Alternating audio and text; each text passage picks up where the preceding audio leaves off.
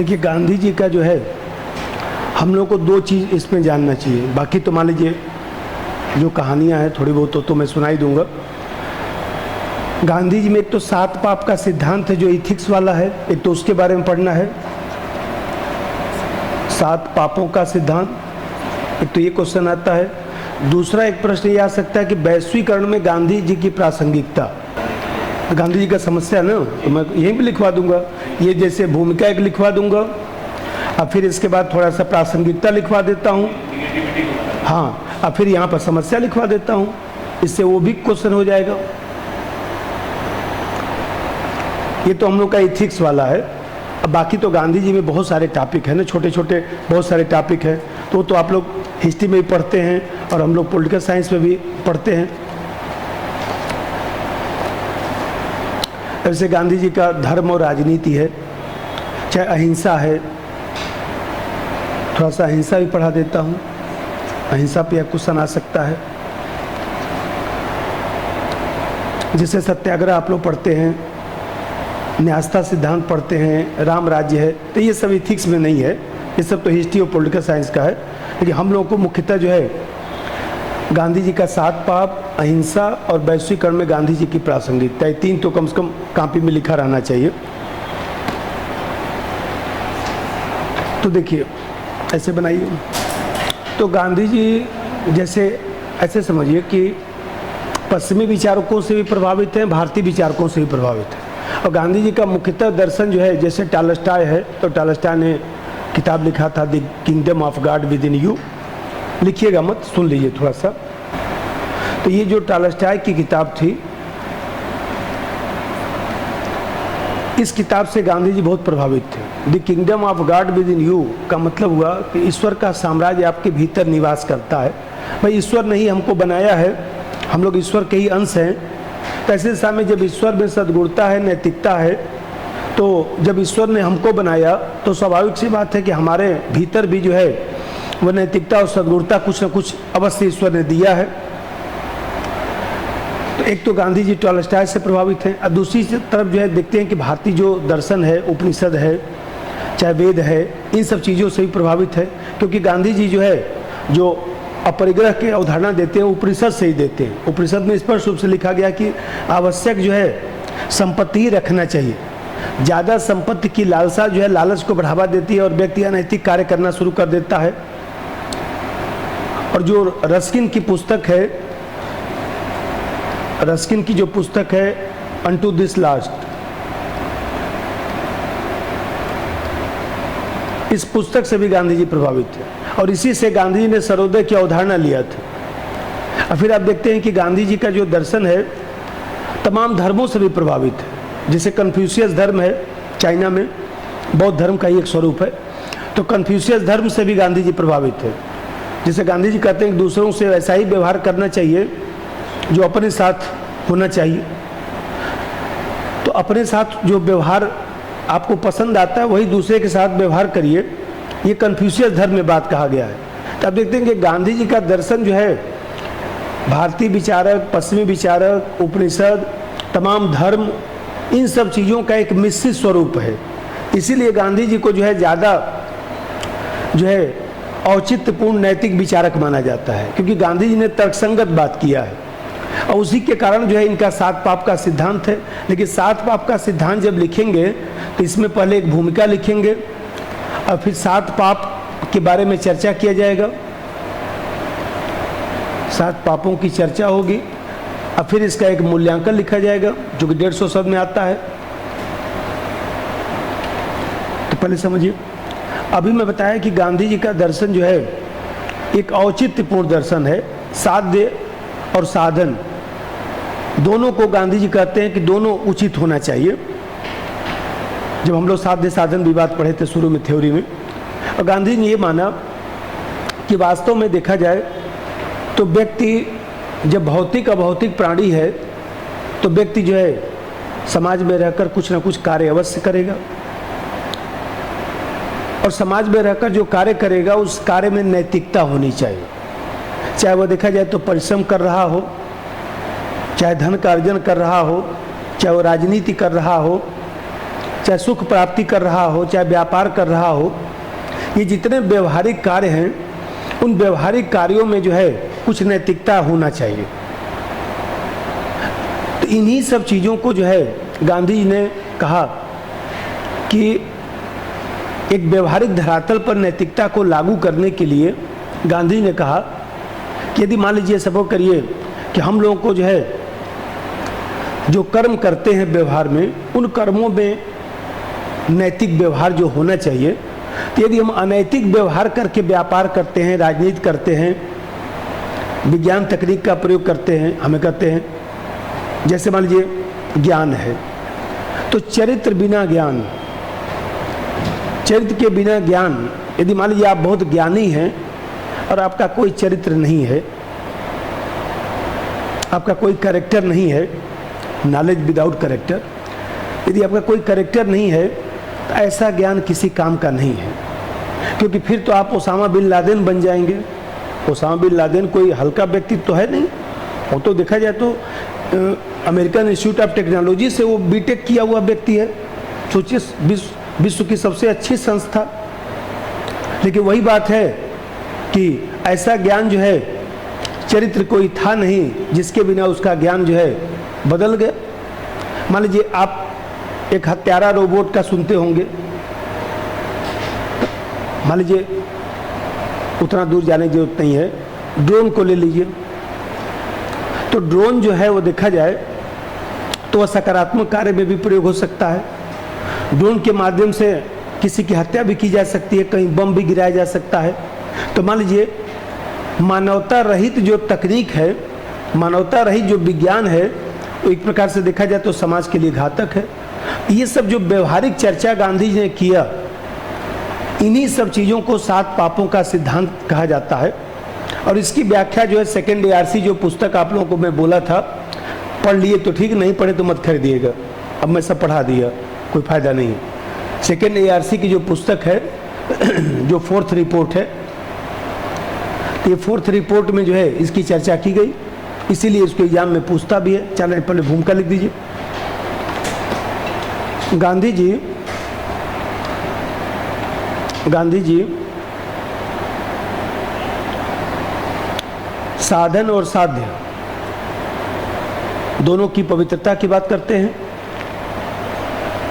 साधन और साध्य दोनों की पवित्रता की बात करते हैं, व्यवहारिक जीवन में इसे लागू करना चाहते हैं। उनका मानना है कि नैतिक मूल्यों से रहित होकर जीवन में प्राप्त उपलब्धि तथा अन्य कार्य पाप के समान है। नैतिक उपदेश के रूप में लोगों से 7 पाप न करने, इसकी व्याख्या सेकेंड ARC के 4थी रिपोर्ट में भी की गई है। इसकी व्याख्या सेकेंड ARC के 4थी रिपोर्ट में भी की गई है। अब जो 7 पाप है, तो पहला चीज उन्होंने कहा कि काम के बिना श्रम, काम के बिना श्रम। अब 7 पापों की व्याख्या लिखना पड़ेगा। काम के बिना श्रम, काम के बिना श्रम का मतलब यह है कि परिश्रम रहित धन अर्जन करना,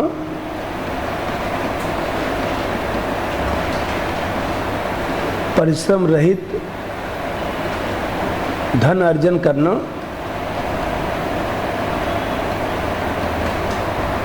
परिश्रम रहित धन अर्जन का मतलब है कि वेल्थ विदाउट वर्क,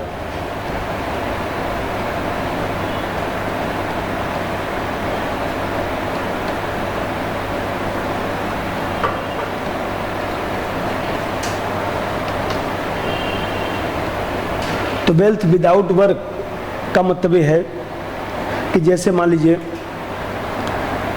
कोई व्यक्ति जो है बिना काम के ही इधर उधर गणित उड़ित करके धन का अर्जन कर रहा है, तो वह श्रम के महत्व को नहीं समझता है। और कहीं न कहीं जो है वह जो धन का अर्जन कर रहा है वह निकृष्ट श्रेणी का धन है।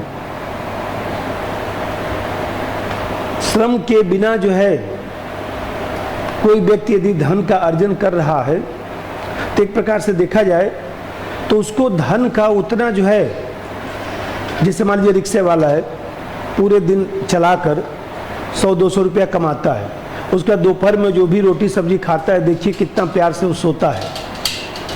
कोई मान लीजिए करोड़ों रुपया एक दिन में कमा कर देखा जाए तो उसको बीपी बढ़ा हुआ है, शुगर बढ़ा हुआ है, रात में नींद नहीं लग रहा है, क्योंकि वो बिना श्रम किए हुए पैसा जो कमाया है वो कहीं न कहीं देखा जाए तो वो वास्तव में बहुत निकृष्ट श्रेणी का धन है। इसलिए सब ज़्यादा समस्या उत्पन्न हो गया। 2 लाइन लिख दीजिए व्याख्या। गांधी जी ने माना कि बिना काम किए धन का अर्जन करना पाप के समान है। ऐसा धन निम्न कोटि का है, क्योंकि ऐसा धन निम्न कोटि का है। ऐसे धन में श्रम की महत्ता नहीं दिखाई देती और धन व्यक्ति को सुखी नहीं बना सकता। धन व्यक्ति को वास्तव में सुखी नहीं बना सकता। दूसरा चीज है कि सिद्धांत विहीन राजनीति, सिद्धांत रहित राजनीति, पॉलिटिक्स विदाउट प्रिंसिपल। भाई पॉलिटिक्स का मतलब होता है लोगों की सेवा करना, उसको पॉलिटिक्स कहा जाता है। राजनीति का मतलब कि जो व्यक्ति लोगों की सेवा कर रहा है वो राजनीति है। भाई पहले के नेता होते थे, मान लीजिए पूरे दिन गांव में इधर उधर घूमते रहते थे, लोगों का सुख दुख जानते थे, उनकी समस्या का समाधान करते थे, उसको राजनीति कहा जाता है। मान लीजिए हमें कहते हैं तो गांधी ने कहा कि राजनीति करना यह भी एक प्रकार से देखा जाए तो मोक्ष प्राप्ति है। भाई ईश्वर ने लोगों को बनाया, लोगों को तमाम समस्या दे दिया, यदि आप उस लायक हैं, कुछ उनका दुख दूर कर सकते हैं तो आप राजनीति में आकर लोगों की सेवा करके मोक्ष प्राप्त कर सकते हैं। तो ऐसे दिशा में उन्होंने कहा कि लोगों के दुख को दूर करना है तो उसमें किसी प्रकार से जो है वो देखा जाए तो स्वार्थ रहित राजनीति नहीं होना चाहिए, सिद्धांत रहित राजनीति, मतलब कि सिद्धांत विहीन राजनीति, मतलब ऐसा राजनीति करना जिसका कोई सिद्धांत ही नहीं हो कि आपने कह दिया। देखिए हम कहते हैं लाल बहादुर शास्त्री थे, चाहे मान लीजिए हम लोग के यहाँ जो है वह राजेंद्र प्रसाद जी थे, मान लीजिए कुछ अंश में नेहरू जी को भी रख सकते हैं कि भाई उन्होंने भी बहुत सारा काम किया। वो तो देखिए ऐसा होता है कि हम लोग को 3 पीढ़ी पहले कोई व्यक्ति काम कर गया तो उसका काम दिखाई नहीं देता है, लेकिन हम लोग 50 साल बाद जो है मोदी साहब को याद करेंगे ना, ऐसा प्रधानमंत्री जिन्होंने अर्थव्यवस्था को 5वें नंबर पर लाकर खड़ा कर दिया, जिस ब्रिटेन ने हम लोग को गुलाम बनाया उसको हम लोगों ने पीछे छोड़ दिया। ये उपलब्धि की तो बात है, चाहे जैसे हुआ, आखिर हुआ तो राजनीति करने वाला जो व्यक्ति है वो देखा जाए तो उसका एक सिद्धांत होना चाहिए। सिद्धांत का मतलब होता है एक विचारधारा, एक प्रतिबद्धता, उसके बिना राजनीति नहीं हो सकती है। लिख दीजिए 2 लाइन। गांधी जी ने माना कि राजनीति लोक सेवा का कार्य है।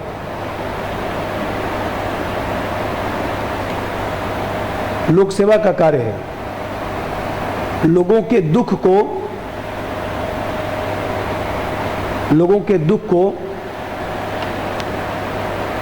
दूर करने के लिए समाज सेवा है। लोगों के दुख को दूर करने के लिए समाज सेवा है।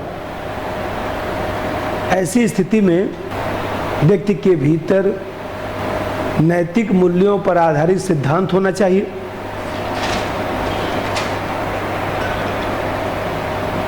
नैतिक मूल्यों पर आधारित सिद्धांत होना चाहिए। और तीसरा है विवेक रहित सुख। विवेक रहित सुख के मतलब है कि विवेक के बिना सुख, अर्थात विवेक के बिना सुख खुशी, हैप्पीनेस विदाउट डिस्क्रिशन, उसको बोलते हैं भाई जो हैप्पीनेस है वो बिना डिस्क्रिशन के है, विवेक रहित सुख, विवेक के बिना सुख या खुशी, हैप्पीनेस विदाउट डिस्क्रिशन, DISCRETION। सो हमारा राइटिंग ऐसे ही है।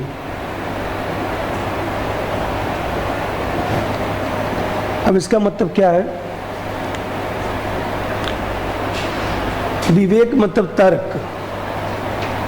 तो गांधी ने कहा कि ऐसी खुशी जो दूसरे के मूल्य पर हासिल किया जाता है, दूसरे के बल पर हासिल किया जाता है, दूसरे का शोषण करके खुशी हासिल किया जाता है, वो वास्तव में खुशी नहीं है। स्वावलंबी व्यक्ति वह है जो दूसरों के स्वार्थ से अपने को अलग रखता है। दूसरे, मान लीजिए हमें कहते हैं कि भाई तमाम लोग हैं, अब सुन लीजिए आपके मित्र हैं, मान लीजिए आप 1 करोड़ का ठेका ले लीजिए, हैं, तो मान लीजिए 1 करोड़ का ठेका ले लीजिए और इस तरह से देखा जाए 50 लाख बचा लीजिए। तो आपने अपनी प्रतिभा का इस्तेमाल नहीं किया ना। भाई वो व्यक्ति IAS अधिकारी है, चलिए गुजराती कैडर में हैं, गुजराती कैडर मिला है ना, तो गुजरात कैडर मिला है। रात में फ़ोन आया था 11 बजे सुनील का, बता रहा था गुजरात में, तो आजकल तो वहीं पर है, मसूरी में ही ट्रेनिंग चल रहा है, तो 1-2 महीने बाद ये लोग आने वाले हैं दिल्ली। तो मान लीजिए हमें कहते हैं कोई आपका मित्र है, कमिश्नर है, वो आपने ठेका ले लिया, या मान लीजिए आपके ज़िले में कोई अधिकारी है, उसके माध्यम से कुछ जो है सुख इकट्ठा कर लिए। तो उन्होंने कहा कि ये जो है विवेक संगत नहीं है, क्योंकि तर्क क्या कहता है? तर्क ये कहता है कि अपने परिश्रम पर, अपने बुद्धि पर हमको जो है सुखी होना चाहिए। हम कहते लाल बहादुर शास्त्री थे, तो उनके जो अनिल शास्त्री, उनके जो लड़के हैं, तो हम लोग का बनारस में जो मकान है उसके दूसरी गली में उनका मकान है। तो हम लोग को कुछ दिन पता ही नहीं चला कि वो उन्हीं के लड़के हैं। हम लोग छोटे छोटे थे, पढ़ते थे, तो ऐसे एक दिन हमारे चाचा जी बोले कि तुम उनको देखते हो ना स्कूटर से जो जाते हैं SBI में, वही SBI बैंक है, तो उसी में वो मैनेजर थे। तो बोलते तो मैनेजर साहब को तुम देखते हो ना? बोले हाँ, तो जाते ही बैंक। बोले वो जो है अनिल शास्त्री जो है, वो देखा जाए तो लाल बहादुर शास्त्री के लड़के हैं। तो हम लोग चाचा से बोले कि आप ऐसे ही कहते हैं, वो लाल बहादुर शास्त्री के लड़के होंगे, बैंक में मैनेजर की नौकरी करेंगे। तो हम लोग को विश्वास नहीं हुआ। जब मान लीजिए पता उता कर लिए, तब लगा कि अरे इतना बड़ा प्रधानमंत्री, और वो व्यक्ति जो है देखा जाए तो स्कूटर से जा रहे हैं SBI की नौकरी करने। तो हम लोग ऐसे अंकल जी बोलते थे, तो हम लोग बोले कि अंकल जी आपको नौकरी करने की क्या ज़रूरत है? बोले हमारे पिताजी प्रधानमंत्री थे कि हम प्रधानमंत्री हैं, हम तो इसी लायक हैं कि बैंक में मैनेजर बन गए, हम थोड़े ना प्रधानमंत्री थे। अरे उनका स्टेटस अलग था, हमारा बाबू स्टेटस अलग है, हम अपने हिसाब से स्कूटर जाएंगे कि। तो मान लीजिए पिता में भी नैतिकता, पुत्र में भी नैतिकता। तो यहाँ पर इसी को गांधी ने कहा कि विवेक के बिना सुख, बुद्धि क्या कहती है? 2 लाइन लिख दीजिए। गांधी ने माना कि दूसरों के शक्ति पर अर्जित किया गया सुख पाप के समान है, क्योंकि स्वाभिमानी तथा आत्मनिर्भर व्यक्ति अपने परिश्रम एवं विवेक से खुशी अर्जित करता है। एक भी जगह छोड़ दीजिए, नंबर 4, सदाचार रहित व्यापार, मतलब नैतिकता के बिना वाणिज्य करना, कॉमर्स विदाउट मोरलिटी। उन्होंने कहा कि व्यापार जो है वो मात्र लाभ के लिए नहीं होना चाहिए। वह व्यापार तो व्यक्ति चलाता है तो उसका एक उद्देश्य तो उसी से तो उसका घर चलता है। हम लोग मास्टरी कर रहे हैं तो इसी से तो हम लोग का घर चल रहा है। वो तो मान लीजिए भाई स्वाभाविक सी बात है, कोई डॉक्टर कर रहा है, मान लीजिए डॉक्टर भी एक प्रकार से कह सकते हैं कि वो भी व्यापारी ही हो गया है, इंजीनियर भी व्यापारी ही है। तो हमें कहते हैं, उन्होंने कहा कि कॉमर्स विदाउट मोरलिटी का मतलब व्यापार धन के अर्जन के लिए होना चाहिए, क्योंकि अर्थ से ही जीवन चलता है, ये सही बात है। लेकिन उन्होंने कहा कि ऐसा है कि व्यापार का मात्र उद्देश्य लाभ अर्जन करना नहीं है, केवल लाभ पर ही फोकस करके व्यापार नहीं होना चाहिए। व्यापार की एक नैतिकता है, व्यापार में भी सत्यनिष्ठा होनी चाहिए, व्यापार में भी जो है देखा जाए तो एक नैतिकता होना चाहिए। अब देखिए, अच्छा दुकानदार है, उसके यहाँ से कुछ आप सामान लेकर आइए। जैसे मान लीजिए हमने 2 किलो सूजी खरीदा, अब कौन सूजी देख रहा है कि क्या दे रहा है, वो सूजी दे दिए, मैं पैकेट में ले घर चला आया, उसमें कीड़ा निकल गया। अब ये लोग बोले यही सूजी लेके आए, सूजी का बोरा मैं थोड़ा नहीं देख रहा था, अरे वो सूजी दे दिया, मैं लेके चला आया, मेरी क्या गलती है। तो मान लीजिए मैं क्या किया, मैं दोबारा लेके गया, मैं भाई साहब बोला कि सूजी, बोले भाई साहब गलती हो गया, हमको क्षमा करिए, लाइए। दूसरा बेचारे पैकेट निकाल के अच्छा से देख के हमको दिखा के देखिए ठीक है। तो मान लीजिए अब वो कह देते कि आप हमारी दुकान से नहीं ले गए, कहने में क्या जाता है, या बोल देते कि भाई साहब हम तो सही दिए थे, अब लगता है दूसरा लेते आए। तो मान लीजिए वो सदाचार रहित व्यापार। तो ये नैतिकता के बिना कोई भी वाणिज्य है, भाई टाटा कंपनी आज तक टिकी हुई है तो नैतिकता के बल पर ही टिकी हुई है। चाहे सैमसंग कंपनी का हम लोग फ़ोन लेकर चला रहे हैं, वो नैतिकता के बल पर तो टिकी हुई है। और जो फ्रॉड कंपनियां थी खत्म हो गई, क्योंकि कितना दिन तक आप फ्रॉड चलाएंगे, लोग समझ में तो आ ही जाएगा, आज नहीं तो कल। दोहरा लिख दीजिए। व्यापार को मात्र लाभ के रूप में नहीं देखना चाहिए, बल्कि व्यापारिक क्रियाकलाप में नैतिकता का प्रयोग हो। इसी प्रकार से उन्होंने एक शब्द लिखा था कि यदि हम लोग व्यापार में नैतिकता का प्रयोग नहीं करते हैं तो यह समाज को दंड देने के समान है, मानव जाति को दंड देने के समान है। कि आप एक प्रकार से दंड दे रहे हैं किसी को। मान लीजिए आप दंड दिया जाता है तो उसको कष्ट होता है, बिना अपराध के किसी को आपने दंड दे दिया। तो यदि व्यापार में व्यक्ति नैतिकता का प्रयोग नहीं कर रहा है तो एक प्रकार से कह सकते हैं कि वो दूसरे को जो है बिना अपराध के दंड दे रहा है, इसलिए वो पाप का भागीदार है। अरे भाई कोई सामान खरीद के लाए, अब मान लीजिए दुकानदार वापस नहीं कर रहा है तो दंड ही तो देना हो गया। अब वो क्या करेंगे, अब मैं मान लीजिए वो कह देते कि नहीं अब मेरी दुकान का नहीं, तो मैं क्या करता हूँ, कोई बात नहीं भाई साहब धन्यवाद आपका, मैं सूजी लेते आता किसी गाय को खिला देता हूँ, दूसरा सूजी खरीद के ले जाता और क्या करता। लेकिन मान लीजिए वो 50 रुपये 100 रुपये की बात नहीं है, बात यह है कि आपने उस कीमत का जो है वास्तविक आउटपुट नहीं दिया। नंबर 5, पांचवा चीज है चरित्र रहित ज्ञान। चरित्र रहित ज्ञान मतलब चरित्र के बिना ज्ञान, नॉलेज विदाउट कैरेक्टर। तो गांधी जी कहा कि भाई यदि मान लीजिए व्यक्ति के पास चरित्र है, सद्गुणता है, तो उसके भीतर स्वाभाविक सी बात है कि निष्ठा होगी, ईमानदारी होगी, ये सब तो गुण होगा, तभी तो उसका चरित्र अच्छा है।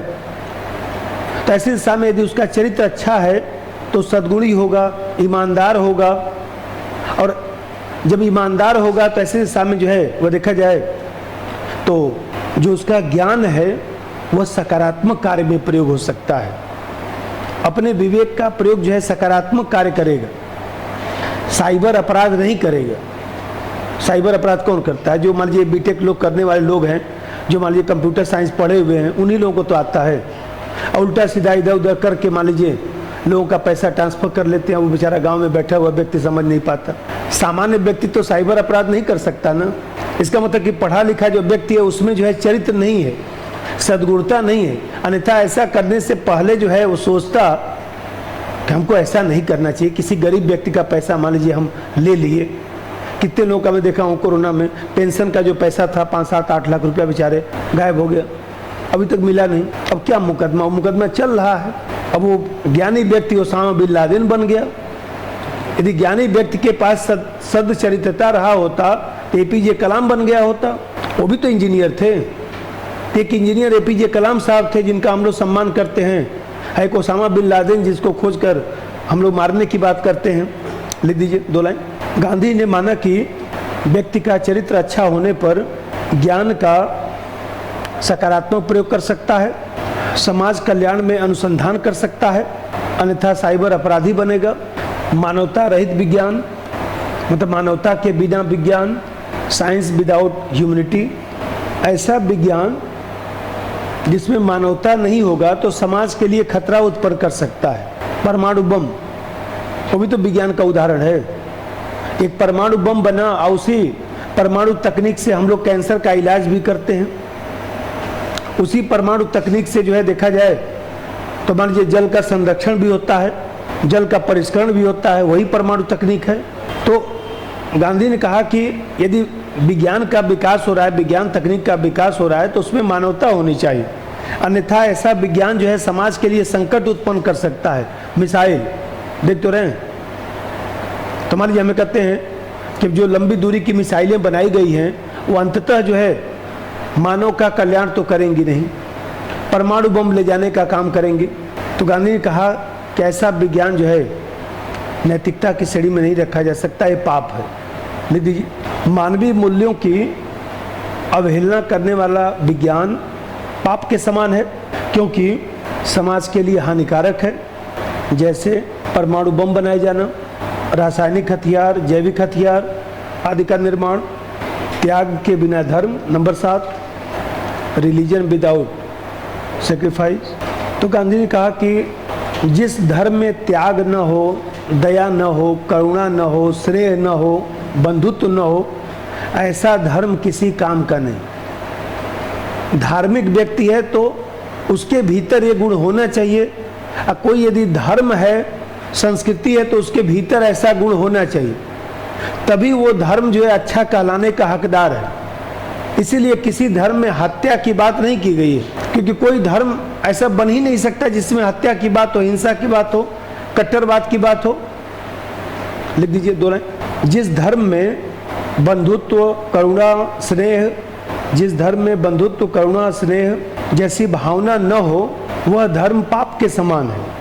अब देखिए, ये तो 7 बात तो आपको लिखना ही है, अब याद ही करना पड़ेगा और तो कोई उपाय नहीं। अच्छा लाइन इसका मूल्यांकन लिख देना है कि ये जो 7 पाप का सिद्धांत है वो वर्तमान परिस्थितियों में देखा जाए तो हमारे लिए एक मार्गदर्शन, लिखिए मैं लिखवा दूँ पैराचेंज करके। उपरोक्त सिद्धांत हमारे व्यवहारिक जीवन में मार्गदर्शन प्रदान करता है, जैसे हम लोगों को अनैतिक साधनों का प्रयोग नहीं करना चाहिए, प्राकृतिक संसाधनों का दोहन विवेक से करना चाहिए, विज्ञान तकनीक मानव कल्याण के लिए प्रयोग किया जाए। ऐसी परिस्थिति ही विश्व शांति तथा खुशहाली को बढ़ावा दे सकता है। इन्हीं सब चीज़ों के आधार पर तो गांधी ने कहा कि धर्म रहित राजनीति 100 के समान है। धर्म की पाठशाला में ही राजनीति का शुद्धिकरण होता है, नैतिकता की पाठशाला में ही राजनीति का शुद्धिकरण होता है, क्योंकि हम लोग जो है मानते हैं कि भाई धर्म का मतलब कि अच्छा कार्य करने वाला, धार्मिक मतलब सद्गुणता को रखने वाला व्यक्ति, जिसके भीतर सत्य हो, अहिंसा हो, न्याय हो, ऐसे गुणों को धारण करने वाला व्यक्ति अच्छी राजनीति कर सकता है। इसलिए तो उन्होंने कहा कि धर्म की पाठशाला में धर्म के घोल में ही राजनीति का शुद्धिकरण हो सकता है। यदि हम ईश्वर में विश्वास करते हैं तो ईश्वर सद्गुणी है, ईश्वर सत्य है, ईश्वर अच्छा है।